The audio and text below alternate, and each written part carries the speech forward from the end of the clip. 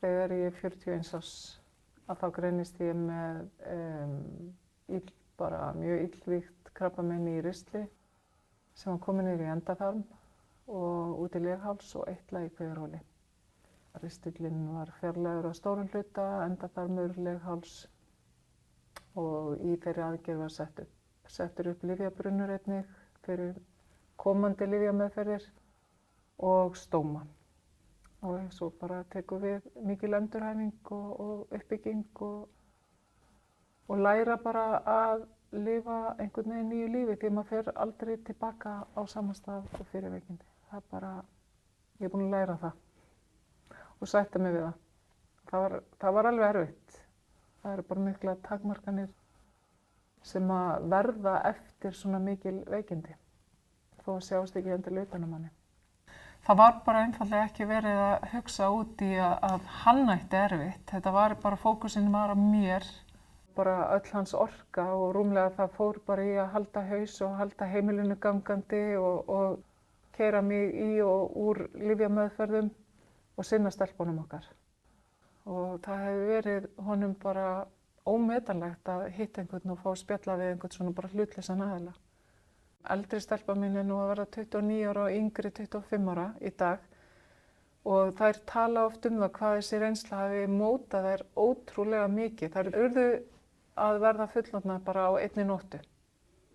Allt í einu var bara mamma tekin af heimilinu og þær tóku bara við hlutverkinu sínu að bara sjá næstið og halda utan skólamálin að því að pabbi var bara eins og rútubílstjóri á milli spítala og heimilis og það var einhvern veginn enginn að pæla endilega í þessum hlutum eða spá í þetta að þarna væru tvær ungar stelpur á bara viðkvæmum aldri sem að horfa upp á mömmu sína að vera bara fárveika.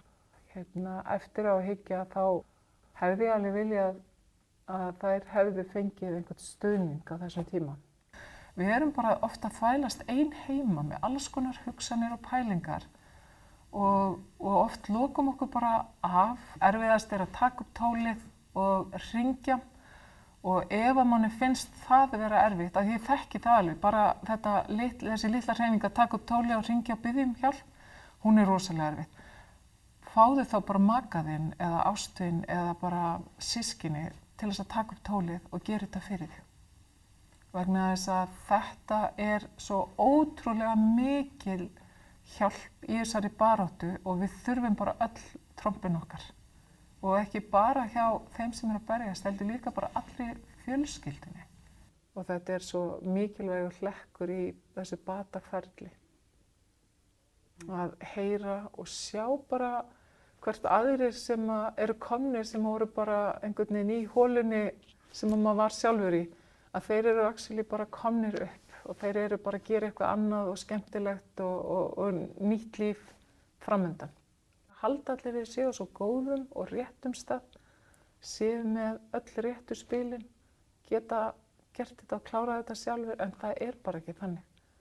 Vegna þess að það lenda allir einhvern veginn á sama vegnum að þú ert með frábæra lækna og heilbrigðisstarfsfólk, en það er bara eitthvað x mikið sem þú getur spurt það fólk út í, af því það bara þekkir ekki og veit ekki hvernig það er að lenda á þessum vegg, hvernig það er að upplifa allt þetta flæði af tilfinningum og það er allir svo þakkláttir loksins þegar hitt einhvern sem hefur svipaða sögu, svipaða reynslu, svipuðum aldri og geta spurt alls konar skrítinna spurninga og þú ert ekki dæmdur út fyrir það.